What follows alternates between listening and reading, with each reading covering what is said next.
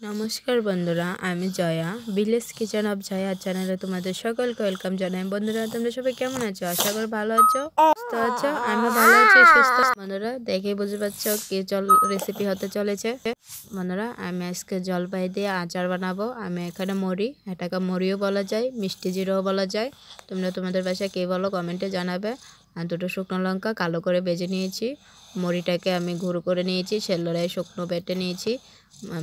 শুকনো লঙ্কাটাকে গুঁড়ো করে নিয়েছি। বন্ধুরা, আমি এখানে গুড়টা গলিয়ে নিচ্ছি। এর মধ্যে জল দিয়ে গুড়টাকে ভেঙে দিচ্ছি।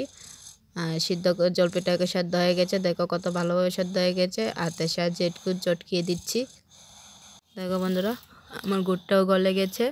গুড়টাকে নাড়াচাড়া দিয়ে গলিয়ে নিয়েছি। এখন এটাকে জাল করে নেব, 2-3 মিনিট জাল করে নেব। দেখো গুড়টা জাল করা হয়ে গেছে। আমি এখন এর মধ্যে চটকিয়ে রাখা জলপাইগুলি দিয়ে দেবো, সেদ্ধ করে রাখা জলপাইটি দিয়ে দেবো। বন্ধুরা, জলপাইয়ের আচার দেখে জিভে জল চলে এসেছে। আর কার কার আচারটা ফেভারিট আমাকে অবশ্যই কমেন্টে জানাবে। আমার কিন্তু দারুণ লাগে। এখন প্রচুর জলপাইয়ের সিজন বন্ধুরা, এখন জলপাই সিজন আর বাজারে প্রচুর জলপাই উঠেছে। তাই ভাবলাম একটা জলপাইয়ের রেসিপির তোমাদের সাথে তৈরি করে দেখাই। এরকম সিম্পল প্রসেসে বাসায় অবশ্যই ট্রাই করে দেখো। জলপাই আচারটা খুবই দারুণ লাগে। আমি জলপাইগুলি গুঁড়ের সাথে নাড়াচাড়া দিয়ে মিশিয়ে নিয়ে শুকনো লঙ্কার গুঁড়াটা দিয়ে দিয়েছি কালারের জন্য। কালারের জন্য কিছু শুকনো লঙ্কার গুঁড়াটাও দিয়ে দিয়েছি। আমি এখন ভেজে রাখা মৌরিগুলি বেটে নিয়েছি, এগুলি এখন গুঁড়োগুলি এখন বাটিতে তুলে দিয়ে দেব। গুঁড়োগুলি দিয়ে দিচ্ছি, দিয়ে নাড়াচাড়া করে নেব।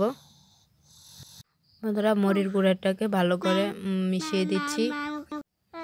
বন্ধুরা, এটাকে আমরা মরি বলি, আবার মিষ্টি জিরাও বলা যায়। তোমরা তোমাদের কমেন্টে জানাবে তোমাদের বাসায় এটাকে কী বলো।